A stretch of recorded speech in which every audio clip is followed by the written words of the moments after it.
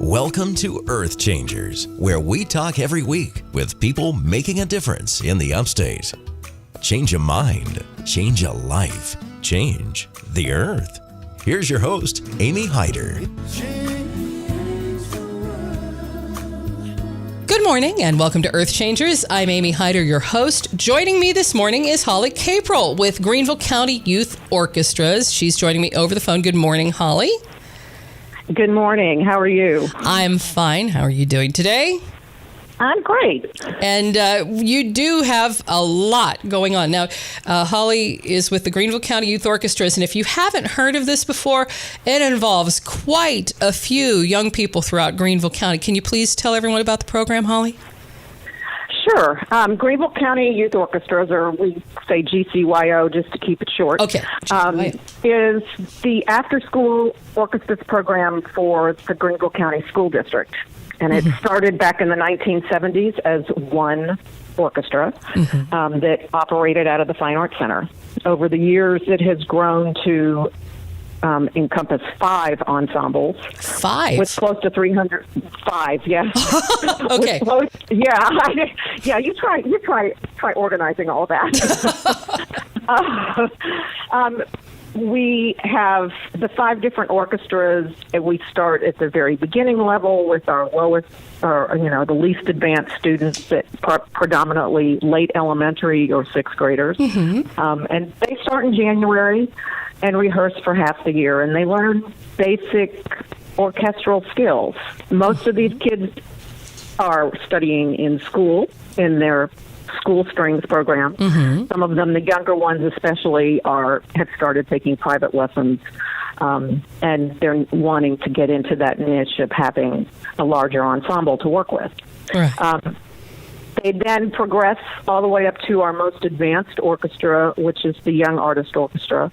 That those students they're the equivalent of college level or higher players. Yeah. These kids have really invested their hearts and their time and their talent in studying and pursuing music. And usually half of our graduating seniors from that group end up going to college in some sort of music major. Wow. That's a huge it's pretty neat. Percentage. Yeah. And that's one of the neat things about our program, I think, is that we have the young kids that come in, and those kids will benefit from that participation regardless of whether they make it all the way to the Young Artist Orchestra and then go on to college as a music major. Some of them may leave halfway through the process, but they have the potential to go from that beginning 6th grade group all the way up to the Young Artist Orchestra and then beyond. Those kids that graduate from our program, even those that leave halfway through the process, really gain so much just personally.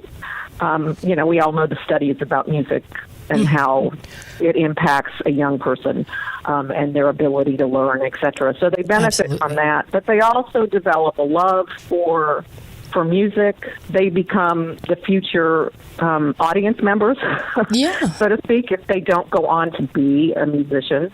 But they also go on to be future music teachers, future professional musicians. We have alums that sit in the Greenville Symphony Orchestra. Oh, wow. Now, and that are in other orchestras across the country. We have alums that are now teaching in schools, their strings group or band group. So I feel like that part of what we do is educate the next generation of musicians and teachers and audience members and music appreciators. So that's kind of the overall picture. Well, I'm sorry, go ahead. For those who might have any question about what value this has for a child's life, for one thing, learning how to play in unison with other people is sort of the definition of learning how to work together in the moment. Right. Right. Learning how to read music is a different language. Learning how to listen, there's so many skills involved with that. Fine motor skills. It's just incredible how that child's mind grows by leaps and bounds when they're involved with instrumental music. or vocal I need music. to take you around with me when I'm selling the program. Oh, believe me, I understand. And one thing from an audience perspective, if you love going to shows or concerts and you have never been part of a group, may I suggest that you find an adult group right now and get involved, because I have to tell you, the secret here is no amount of listening is ever as fun as being right in the middle of the group doing the performing. Yeah. That is where it is amazing and life-changing, and the passion just shines. Anyway. And that's one of the neat things about especially our younger students, when they get to be in their first concert. Yeah. One of our concerts every year, and it's not the one I want to talk about specifically, but it's later in the spring, where we have all of our students, all of our orchestras perform at the Peace Center, the concert hall. At the Peace Center? Wonderful. Yeah. Okay. So that concert is so, it's just, it's so awesome to watch, because you see these, especially the youngest ones, the little sixth graders. Some of them can barely get their feet on the ground when they're sitting in their chair. Yeah. And they're on the concert hall stage. And they walk off that stage after their performance, and every single one of them is just beaming. I mean, they can hardly contain themselves from how awesome of an experience that was. Yeah. And just performing together for others, and there's just, the benefits are just amazing. So anyway, we will have close to 300 students involved in our program by the end of our youngest group. Only rehearses for half of the year, and so they haven't started yet. But we're going to have close to 90 kids in that group when they start the end of this month. Oh my goodness, that's wonderful. So we will have about 300 kids involved, all told, in the program this year once they get started. So, that's a massive undertaking in logistics. Yes, Holly. it is. Yeah, it is. But I've been doing this job since 2007. And even prior to taking on the job of executive director, I had been volunteering with the organization. So, okay. There are some logistics that always throw you for a loop at the last minute because you didn't anticipate some odd thing that happens. But a lot of it now is, okay, we've done these concerts.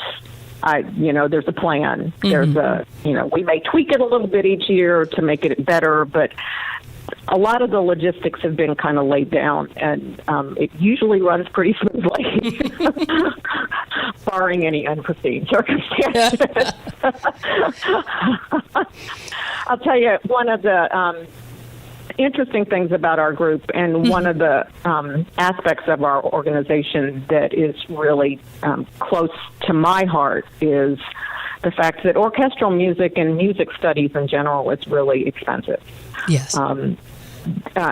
There's instrument costs, there's instrument repairs, there's music, there's private lessons, there's orchestra fees, because we do have to charge a small fee for the students to participate in our program. Right. And there are kids out there that, I mean, you know this, there are so many families out there that struggle. Oh, yeah. A single parent family that makes under $30,000 a year is not going to be able to afford private lessons or to fix that instrument, right, or to even pay $50 to participate in the youngest orchestra group. And when we have to lose a child from the program because of that, it hurts me. It makes me sad. If that child really has a passion for that and loves it, and if they have to quit because their parents can't afford it, that's just a crime. So one of the things that the board of directors initiated several years ago is a scholarship program, which is our biggest fundraising need, if you want to talk fundraising. Absolutely. Is that we try to make it possible for those kids to continue. And last year we gave close to $10,000 in scholarship money. Wow. and it covered a whole host of different things. For some kids, it was just the tuition costs for GCYO. We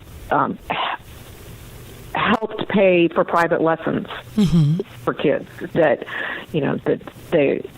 their teachers or their orchestra conductors saw something in those children that led them to feel like they really would benefit and would appreciate and grow from that experience. And so we'll help them pay for those private lessons so they can get that experience and keep exploring and pursuing that dream. We help pay for summer programs. For our more advanced students, often part of their education process is to go to a summer music camp.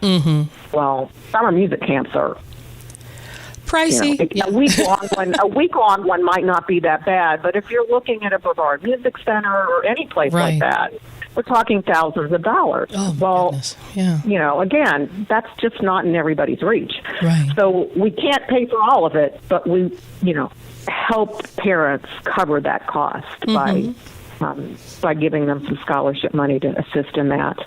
And that's really where my heart is to see. We had a student a couple years ago that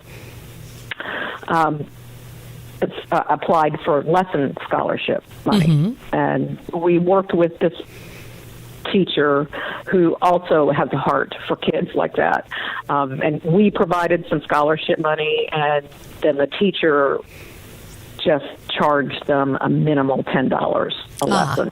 Okay. For the lesson. So between the $10 that they provided and she didn't get her full per lesson pay. Right. But the teacher was willing to do that. Well, that child ended up at the governor's school. Wow. Oh, that's wonderful. Because a few people were willing to invest in their education. Right, and invest in that child. And those are the kind of feel-good things, but the kind of things that that child, that was obviously that child's passion, right, and his gift. If he could do that, with just a year's worth of lessons, then there was obviously something there inside that child, and the fact that we were able to help make that happen. Because we had the scholarship program, was pretty amazing. Well, so we are always looking for funding for that. Right. And if anybody wants to, yes, I was going to say, how can people help? Okay, how can they do that? Yes, they can go to our website at gcyo.net. And we have a page in there for donations, and you can specify if you want your donation money to go specifically for scholarships. We will make sure it gets to some deserving child who needs assistance. And it'll process it online. It's all safe and secure, and you'll get that nice tax deduction too. Fantastic. That's always helps. And if people want to see the net result of what you guys are doing, what you're accomplishing with all these students across five different orchestras, how can they do that? I understand you've got a concert coming up. We have several concerts coming up.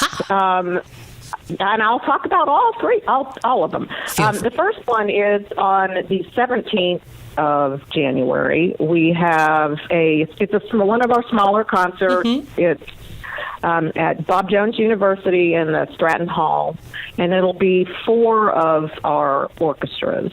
So not the youngest one, but it'll have the other 4. And they'll each have about 20 minutes to do a performance. And for the younger kids, the 2 younger orchestras, that'll be their first performance of the year. So they're all excited, and the parents are all excited. And it kind of puts them in a less intimidating environment than the Peace Center for that first concert for them. And so that's on the 17th at 7 p.m. at Bob Jones Stratton Hall, and tickets are at the door for $10. Okay. The next concert we have coming up is on Saturday, February 9th at the Gunter Theater. Okay. And this concert is like the apex of our education process, because this concert is our two most advanced orchestras. The Young Artist Orchestra will actually be rehearsing and performing side by side with 20 members of the Greenville Symphony Orchestra. Oh, wow. It's a phenomenal experience for the kids to sit shoulder to shoulder with their professional counterparts from GSO. And can I say, having heard the most advanced orchestra before, you won't be able to tell the difference between them and the people in the Greenville Symphony. And now that could be saying that, because it sounds like bragging when I say it. No, it's absolutely true. Now, granted, part of it might be my lack of an educated ear. I mean, I'm not talking if they were each to stand up and take a solo, you wouldn't be able to tell the difference. But by golly, they are amazing. And you will hear music you've never heard before. You guys find such amazing pieces for those kids to do, such challenging pieces. So they are the music that the Young Artist Orchestra performs is all, and I like to call it the real deal. Yeah. It's not student-written music or written for students. It's the same music that the Greenville Symphony would play if they chose to do that particular selection.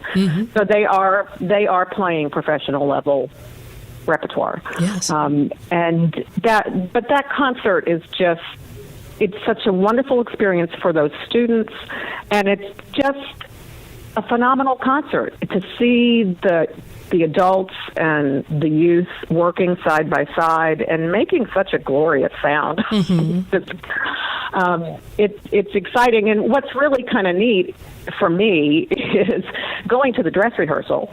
Oh, wow. And seeing the youth and the adults, and seeing these kids that are, some of them are maybe 16, 15, and sitting side by side with a professional, and making and playing up to that level and learning from them. Right. And then you go to the concert, and when you look at them, they're all in concert dress. So it's like you can't really tell that they're, except for the smaller ones. You can't really tell that there's kids and adults, because if you close your eyes and listen, it sounds like many times it sounds like it's all professionals on the stage. And it is absolutely glorious. I will say that right now. So well, thank you for affirming that. Anyway, that concert is on Saturday, February 9th at 7:30 at Gunter Theater. You can purchase tickets. You can go to our website and look under our season, and it'll give you the description of the concert and give you a link to the Peace Center box office to purchase tickets. And that's gcyo.net. Yes. Okay. All right. And you had one more concert you wanted to tell us about?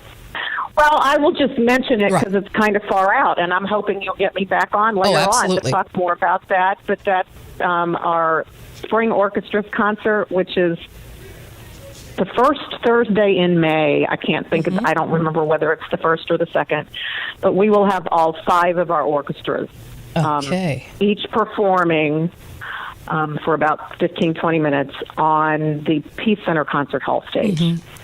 And that's the other, the two big apexes for our season are the Shoulder to Shoulder concert in February, and then this concert, because all of our kids have the opportunity to perform on the concert hall stage.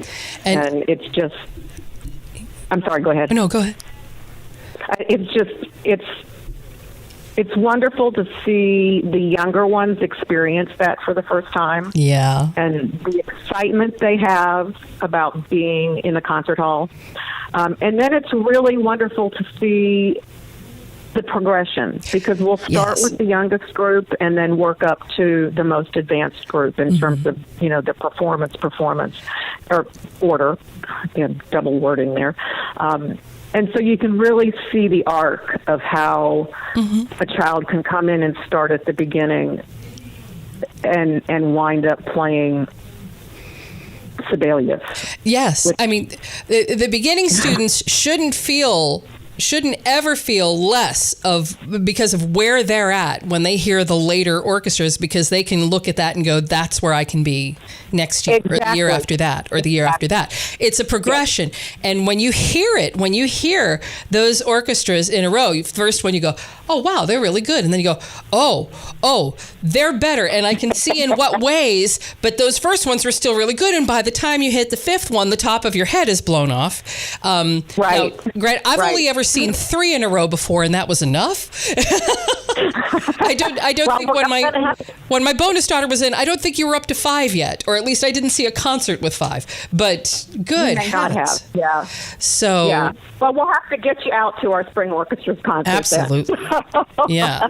So you can see all 5, and it really does kind of blow your mind if you've not seen that. And you're right. Each group is excellent at the level that they are. Right. And that is part of the purpose, is that the younger students and the parents of the younger students can see that arc and see and be encouraged and be, I want to do that when I get older, kind of thing, and see where they really can go. Yes. Yeah. So that's it. Well, okay. Well, Holly, thank you for joining us today. We've been speaking with Holly Caprell. She is the director of Greenville County Youth Orchestras, all 5 of them. She oversees the whole program. And if you want to know more about it, you can go to gcyo.net. And concerts coming up. The first one is January 17th at Bob Jones University, Stratton Hall. It'll be at 7 p.m., $10 at the door, 4 of the orchestras, not the youngest orchestra. And then Saturday, February 9th at the Gunter Theater, the Peace Center's smaller sister, not much smaller, the 2 most advanced orchestras, that's at 7:30. And then the spring concert will be the first Thursday in May, and we will definitely have you on again before that. Holly, I want to thank you again for joining us today. Oh, thank you so much for the opportunity. I appreciate it. And we will be back with more Earth Changers right after this.